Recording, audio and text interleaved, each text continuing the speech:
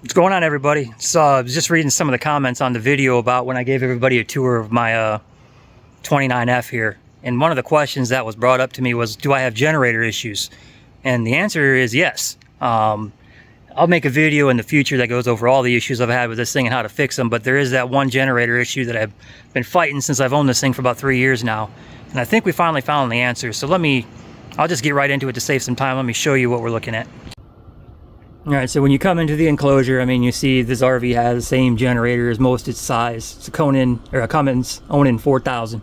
Like I said, ever since I bought this thing, every time you're driving down the interstate and it gets hotter than hell out, like 95 plus, even, I mean, sometimes even cooler, but you'll be driving, and as soon as you like get under load or stop for a little bit or pull over to get fuel, the thing will just shut off.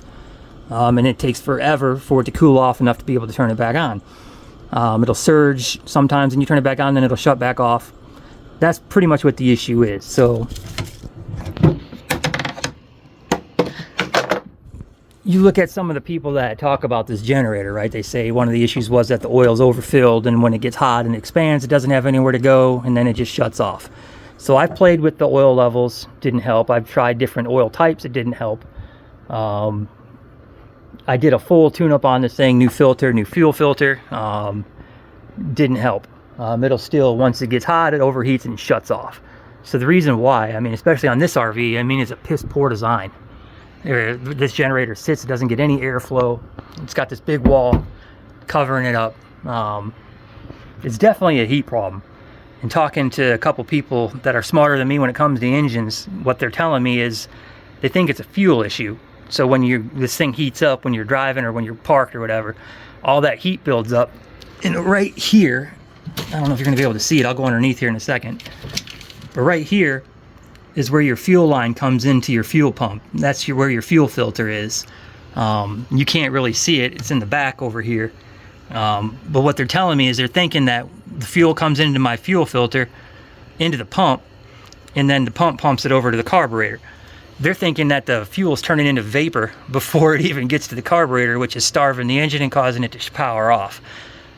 So what I'm gonna do, and then I'll make a video, if it works or not anyway, that I'm actually gonna take where the fuel filter comes into the pump, I'm gonna take all that out of this enclosure, and I'm gonna mount it externally, and then run a new hose into the carb, and see if that helps with the pump heating up and turning into vapor before it can actually get the fuel into the carb.